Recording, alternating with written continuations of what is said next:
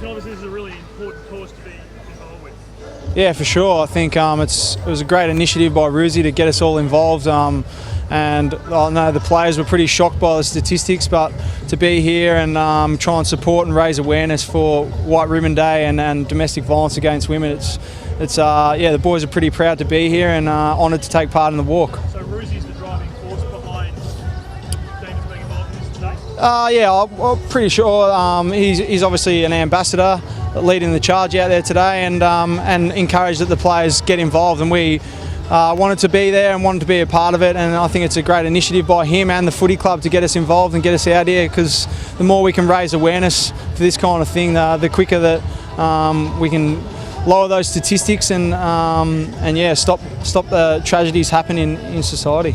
Just on Reezy, Nathan, can you talk about the time since he's come to the club and started working with you guys, and what some of the things that you've noticed about him? Well, I've only been back a week, but I know training stepped up a fair bit today compared to last week, but I think he's just really simplified stuff, and he's really pulled back training and had a real focus on skill execution, and we've really tried to get our work in the drills, executing our skills at the same time. So he's kind of gone back to basics a little bit, but I think he's just starting to implement how he wants us to play, but that's obviously going to take some time, and he's just trying to form the foundations at the minute. So that skills focus is kind of a bit earlier this time than it was in previous seasons, is it? Yeah, probably. I think we're really encouraged to come back with our legs kicked in and ready to train straight away. So we've got straight into some pretty solid skill sessions, which has been good, and the boys have really loved that and taken to it. And topped with that, obviously, we're doing the conditioning and running side of things. So no, it's really positive at the moment. I think that Ruzi, along with all the new assistant coaches, have brought a real good vibrancy to the footy club. What does it mean for you, sort of in the midfield, having 5 seemingly ready-made blokes coming in, and then the draftees? What do you reckon it'll mean for you next year? I just think personally it'll be that there won't be as much pressure on individuals, and there won't be as much pressure on a smaller group. I guess the really good teams have 10 or 11 players that can rotate through the midfield at any one time, and the teams that are vying for premierships have got a really strong midfield, and that's one area that obviously Ruzi and by statistics we needed to improve on. So I'm really looking forward to the guys they got in and getting to work with them, and there's a couple in rehab at the minute, but I think once we can get them all out on the park, we'll be able to form something pretty strong. And will it really sort of spur the other guys in the midfield to make sure that they're still part of this new midfield group from next year onwards? Oh, that happens at every footy club. You want some competition, and the more you can generate competition in training, it drives players to a new level, and I'm obviously hoping that the more guys, if we've got 15 or 20 guys that can try and push through the midfield, there's only sort of 10 or 11 spots, which generates some competitiveness and then hopefully pushes the group to another level. And the leadership group, is there any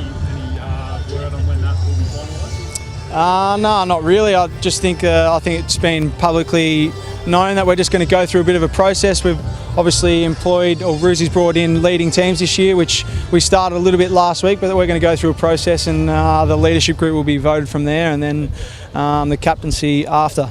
How's that been so far, the week of leading teams that you've had so far? How's it been? Yeah, it's been really positive. Obviously, we're just trying to go through or get a real understanding, the entire group get an understanding of what it's about, and I think we're obviously going to try and generate some team ethos and then how we want to be seen and portrayed and that kind of thing, and we'll work on that first and foremost, and then from there, obviously over a period of time, the leadership group will get voted. How long do you think that's going to take, Nathan, the captaincy process? I'm sorry, I'm having a little bit of difficulty hearing for all the way back in, but how quickly do you think it'll happen? By the pre-season, do you think you'll have that all locked in? I actually have no idea. I think I read something last week. Ruzi said possibly late January, February, but who knows really. I don't think it's too much of a rush. I think we've got more important things at the moment, is obviously try and formulate the stuff that's really important to the team through leading teams, and then from there I think the leadership group will be voted upon, and we'll work through it.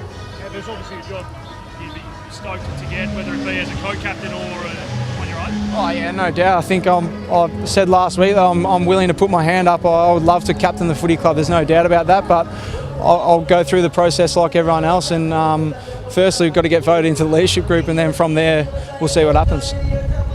Just on Mitch Clark, Nathan. Yep. How's he going with his running? He looks like he's running 3 times a week. Yeah, it's it's a great lift for the boys to see him up and about. He's had 2 hard years of pretty limited footy, and to come back obviously last week and see him going as well as he is, it's really positive sign. I think he's going to be monitored and really well looked after, but he's going well. Thanks.